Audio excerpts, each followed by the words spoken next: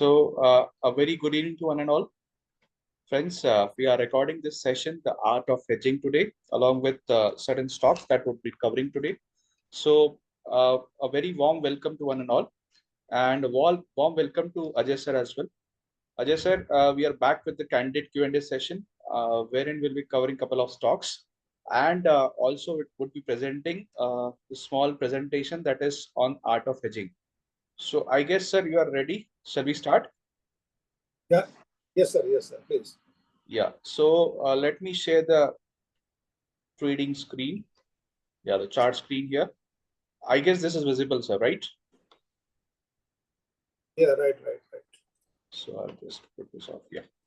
So, sir, the first stock that we have today is Tata Motors. It has actually given a good up move, currently trading at 515. And what is the view on the stock, sir? Tata Motors, this stock is in uptrend. It has already moved up a quite. The immediate target is 525.27. After that, this stock may fall down. Sir, your volume is to enter in this stock right now. Your volume is a little low. Okay. It was not clear to me as well. I think you said that the stock is in uptrend, but may not go beyond 530. Yes. Okay. So Tata Motors, all the direction is up, but it is near to the targets that we actually it should be achieving. So 530 is the target as of now. 516 is the level currently it is trading. Sir उसमें क्या लग रहा है कि मतलब 530 से गिरेगा ऐसा लग रहा है क्या? Is it there? हाँ 530 के बाद गिरने के काफी चांसेस है, तो बेटर है कि थोड़ा वेट करें, जो ऑलरेडी मार्केट भी ऊपर है, तो उस वजह से मार्केट में जो करेक्शन आएगी तो उसके कारण ये मार्केट ये भी गिरेगा. ऑलरेडी अपने टारगेट को अचीव करने की तैयारी में है, मोस्ट प्रोबेबली 1-2 दिन में अचीव कर लेगा.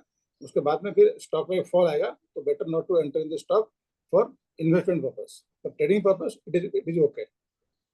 सर इन्वेस्टमेंट के लिए नीचे में कहाँ ले सकते हैं फिर? इन्वेस्टमेंट के लिए अगर इसको नीचे लेना है, जब ये 480 तक आता है ना, तभी आपको बाय करना चाहिए. अगर ये 480 को ब्रेक करेगा, then it come down to 460, 65. 60 is the right time to enter this stock. Right. So currently the stock is a little overbought. It can go up to 530 levels, but from there correction आने के ज़्यादा chances है. And 480 and 460 is the lower level where one should think of entering if at all wishes to do an investment. So the next stock that we have is Ambuja Cements, currently trading around 410, and it looks like that stock is again say going to the levels from where it has started falling. Sir, your view on this, Ambuja Cement? Ambuja Cement, already you have given a view on this stock. The stock is in upside. The target is 450, 460. With a stop loss, as already we have given near about 380 or 90 we have given the stop loss. The stock is already uptrend, and the uptrend will be continue up to 450, 460. So okay. Those who are already purchased at that level, they should wait. Fine. So stock is actually in a trend. The trend is up and currently trading around 410. The stock can touch say 450, 460 levels in couple of days. The stop loss is actually 390. And in that range of 390, 95, the stock can say actually come down 390. If it breaks, then the stock can go lower. But as of now, the trend is up. So any dips can be bought, right? Yeah, Yes, moving on to the next stock. The next stock is HDFC Bank, currently trading around 1667. And the weekly chart again shows that the stock is somewhat inching up, but I think it may go into some sort of consolidation here. That's what I feel. What is your view on the stocks? Yes, this stock can be bought above 1680. It should be bought above 1680, and the target is 1710. And the stop loss one can maintain, that is 1640.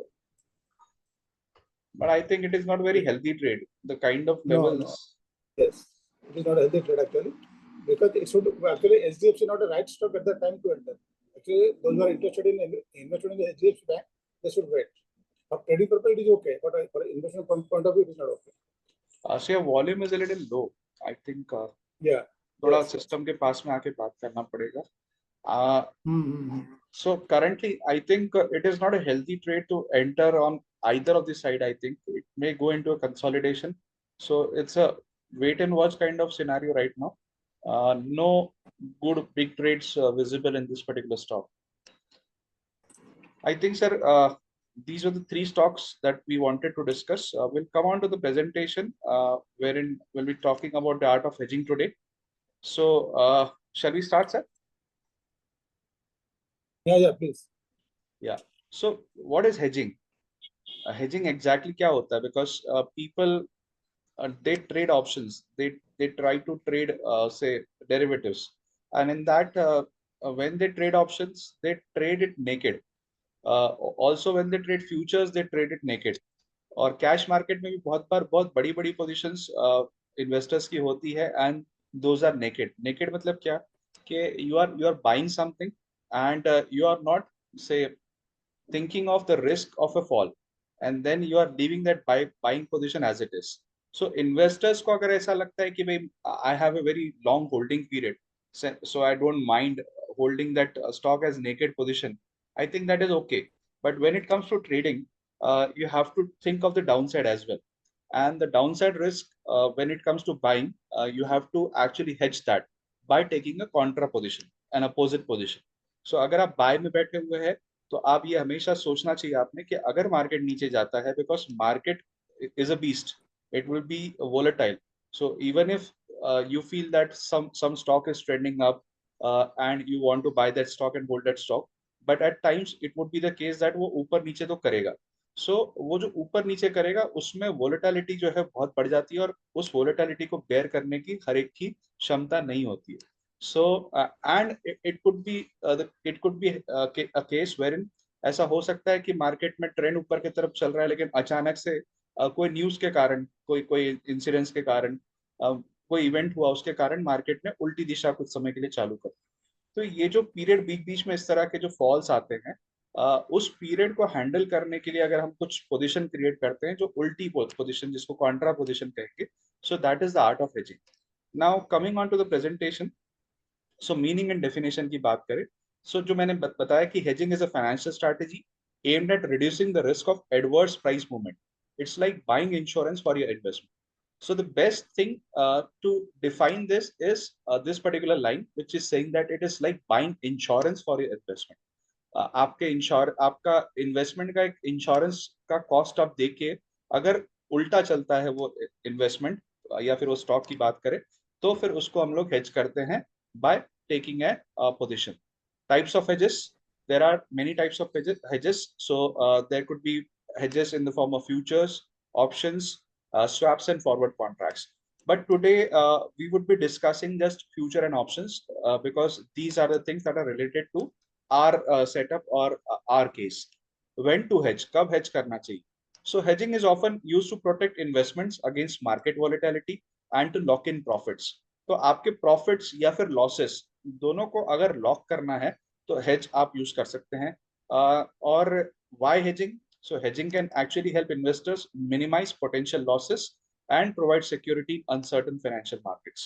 So financial markets का जो basic nature है, जो basic DNA है, that DNA is volatility. और अगर volatile नहीं है market, तो मतलब it is actually a dead market. So live markets में हमेशा आपको volatility दिखेगी, और वो लाइव मार्केट्स में जब वोलेटिलिटी दिखती है, उसको हेज करने के लिए अगर कोई इंस्ट्रूमेंट है तो वो है फ्यूचर एंड ऑप्शंस. और हम लोग उसमें ट्रेड्स करते हैं, लेकिन अगर उसको भी हमने अगर कैलकुलेटेडली हेज करके अगर प्रॉपर ट्रेड्स लिए, तो these instruments can actually give you very super profits. So अगर आप केगर की बात करें, CAGR की बात करें, तो रेगुलरली आप काम करके एक अच्छा प्रॉफिट अपने लिए निकाल सकते हैं, एंड दैट टू विद से least of stress. So common strategies की बात करें, किस तरह की स्ट्रैटेजीज होती है.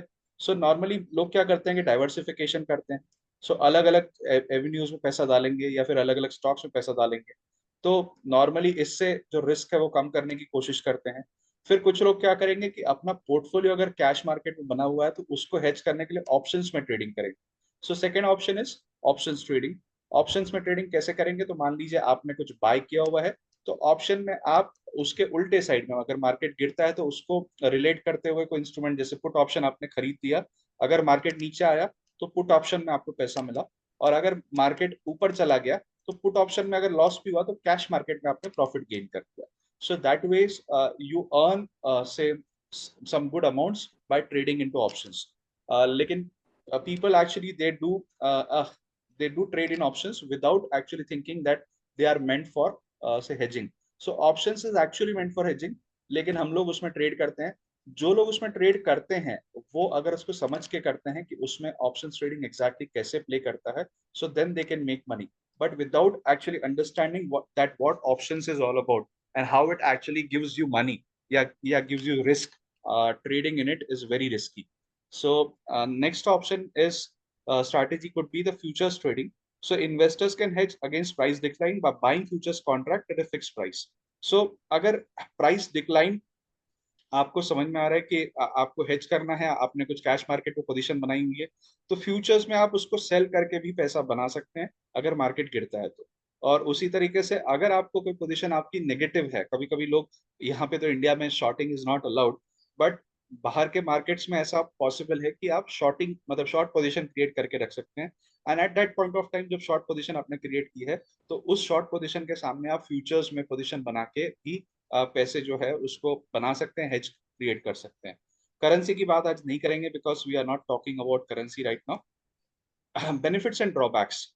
So benefits, hedging provides investors with a greater degree of security and peace of mind, reducing stress and anxiety. So I already stated stress काफी कम कर देता है because you understand that this is the kind of profit that you'll be gaining and this is the kind of loss. So आपका predetermined profit, predetermined loss आ गया. So obviously this is a great benefit when it comes to trading, and you can actually earn good say amounts, even if it is a 1 or 2% or 3% kind of profit, still the kind of leverage that is gained by you while making a trade is exceptional. Example ऐसे देता हूँ, जैसे मान लीजिए आज आपको रिलायंस में कोई ट्रेड लेना है, तो आप अगर कैश मार्केट में ट्रेड करेंगे तो ऑब्वियसली आपके लिए कैश मार्केट का जो ट्रेड है उसमें आपको ज्यादा पैसा देना पड़ता है. तो लेवरेज करने के लिए आपके पास में ऑप्शंस क्या है, डेरिवेटिव्स. अब डेरिवेटिव्स में अगर आपने कोई ट्रेड लिया है, मान लीजिए फ्यूचर्स में ट्रेड लिया और उसको हेज किया है ऑप्शंस के साथ में, सो आई थिंक, और उसमें अगर आपका लॉस फिक्स हो गया, प्रॉफिट भी एक लेवल पे फिक्स हो गया, and if that ratio of profit and loss is favourable to you, मतलब लॉस कम है और प्रॉफिट ज्यादा है, if that is the case you can definitely take a trade. और वो प्रॉफिटेबल जब ट्रेड बनता है तो आपके लिए बहुत कम स्ट्रेस पे आप एक अच्छा प्रॉफिट बनाते हैं. Percentage of profit is higher because there is a lot size involve with lesser amount of money that you are going to pay. Hedging can the number two benefit is hedging can serve as an important risk management tool to balance the risk and reward in an investor's portfolio. So आप अगर बड़ा portfolio भी है, rather जो एक understanding ये बोलती है मार्केट की कि म्यूचुअल फंड्स भी वो आर्बिट्राज करते हैं मतलब कि बहुत बार एक एक पोजीशन कैश में क्रिएट की, दूसरी पोजीशन डेरिवेटिव्स में क्रिएट करके जो बीच का मार्जिन है दैट इज द प्रॉफिट. सो ये आर्बिट्राज कर करके भी लोग पैसा बनाते हैं. This is actually at a portfolio level, बड़े लेवल पे होता है. So this is again say a good benefit that we can actually understand.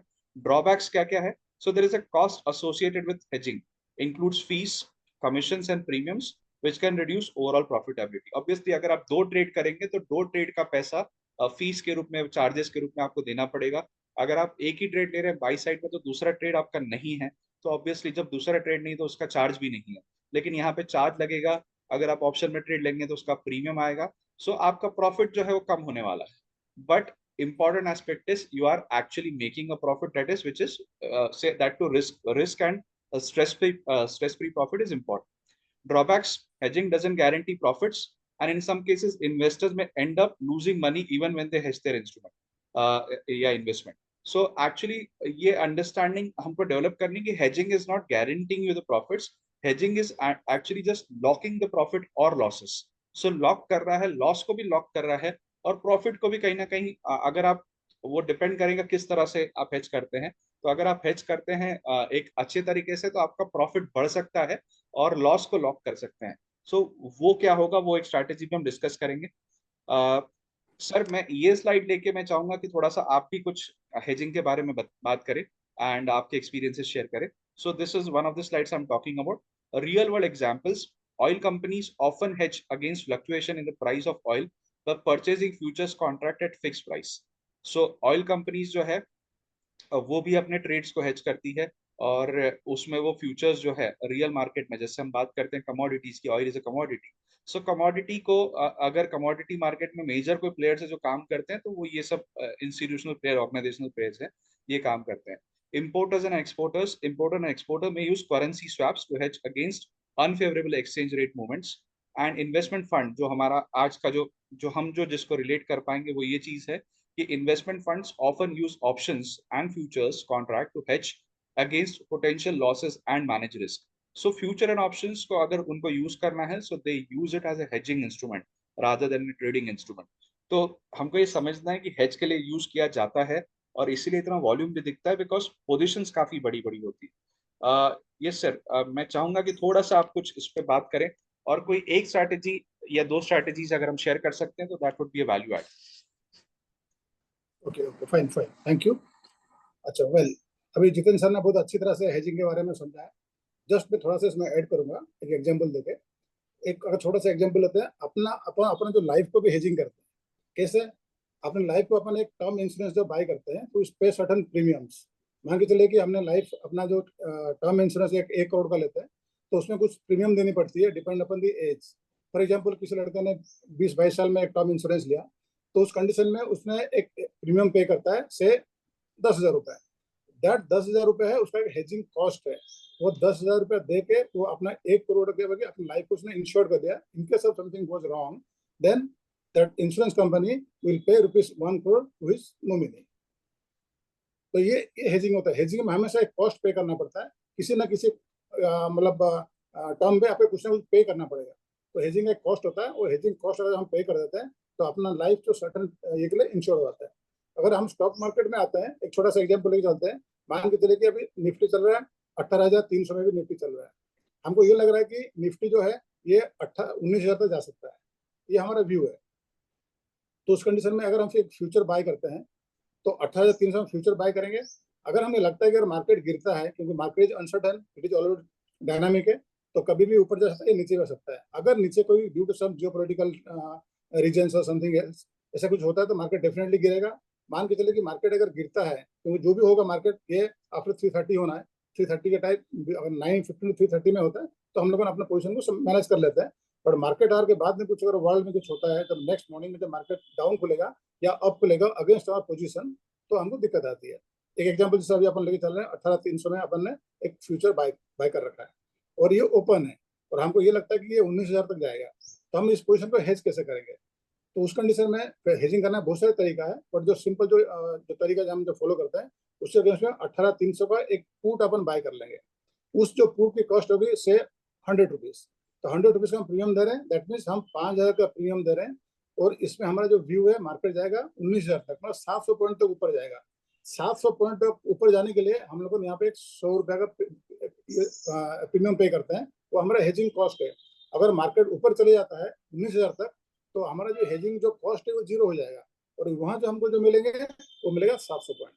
700 point कैसा? 19,000 माइनस 18,300, ये हो गया 700, और माइनस 100 का जो अपन ने हेजिंग कॉस्ट दिया हुआ, मतलब 600 पॉइंट का अपने को बेनिफिट मिलेगा. ये एक सिंपल वे ऑफ हेजिंग. और अगर दूसरी के हेजिंग के अपन बाय करें, बात करते हैं, तो उस कंडीशन में एक हम कॉल बाय कर लेंगे, और एक कॉल हम राइट कर देंगे.